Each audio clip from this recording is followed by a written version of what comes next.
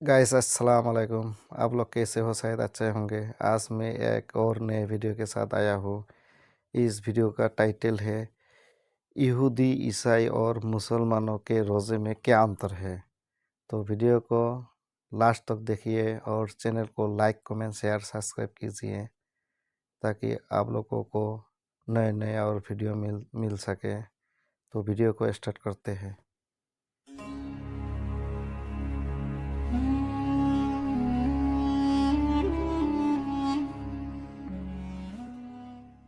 दोस्तों, जब कभी भी हम लोग रोज़े का नाम सुनते हैं तो हमारे दिमाग में सबसे पहले मुसलमानों का ख्याल आता है। और उसकी वजह ये है कि क्योंकि इस्लाम ही एक ऐसा धर्म है कि जिसके अंदर रमज़ान जैसा एक ऐसा महीना पाया जाता है कि जिस महीने में पूरी दुनिया के मुसलमान रोज़े रखते हैं। मगर आप में से शायद बहुत कम ही लोग जानते होंगे कि मुसलमानों का जो रोज़ा होता है, बिल्कुल इसी तरह की ही चीज़ें हमारी दुनिया के दूसरे धर्मों और मजहबों में भी पाई जाती हैं।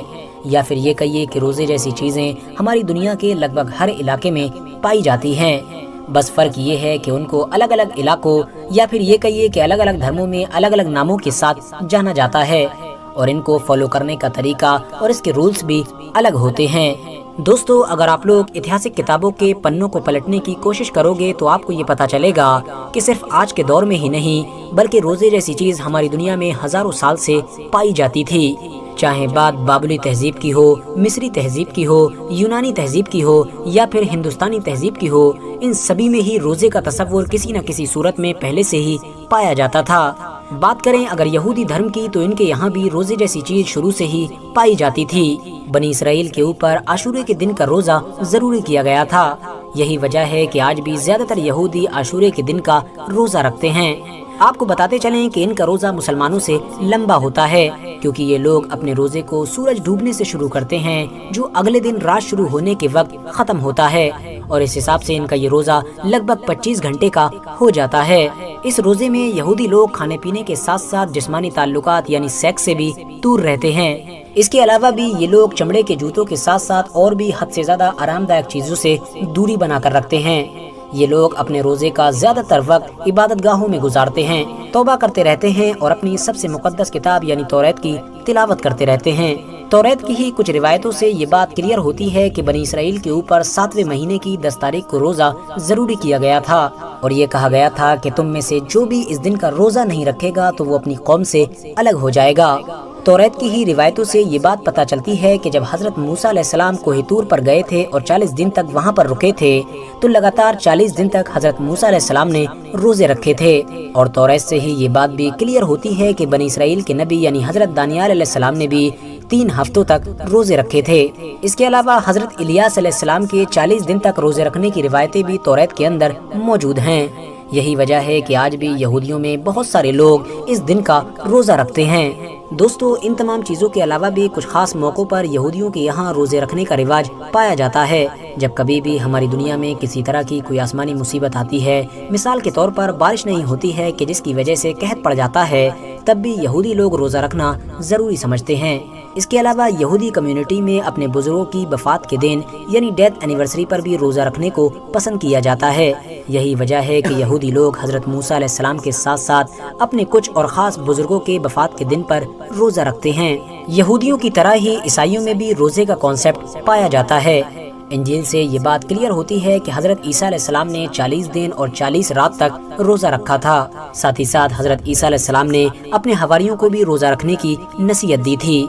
इंजील में इस बात को भी मेंशन किया गया है कि रोज़ा खुशदिली के साथ रखा जाए, यानी रोज़ा रखने वाला अपने चेहरे को उदास न रखे, भूख और प्यास से परेशान होकर चेहरे को बिगाड़ा भी न जाए। बात करें अगर मौजूदा दौर की तो ईसाई धर्म के जो तीनों सबसे बड़े ग्रुप हैं यानी रोमन, कैथोलिक, ऑर्थोडॉक्स और प्रोटेस्टेंट, तो इन तीनों ही ग्रुप्स के रोज़े को लेकर अलग अलग नज़रियात हैं। प्रोटेस्टेंट ग्रुप के अंदर रोज़े को अब फ़र्ज़ की हैसियत से बाकी नहीं रखा गया है बल्कि इंसान की मर्जी पर छोड़ दिया गया है। वो चाहे तो रख सकता है वरना उसके ऊपर ज़रूरी नहीं है। वहीं दूसरी तरफ रोमन कैथोलिक ग्रुप के अंदर भी रोज़े की सख्त रसूमात नहीं पाई जाती हैं, लेकिन रोज़े का तसव्वुर अभी भी बाकी है। और यही हाल ईसाइयों के तीसरे ग्रुप यानी ऑर्थोडॉक्स का भी है।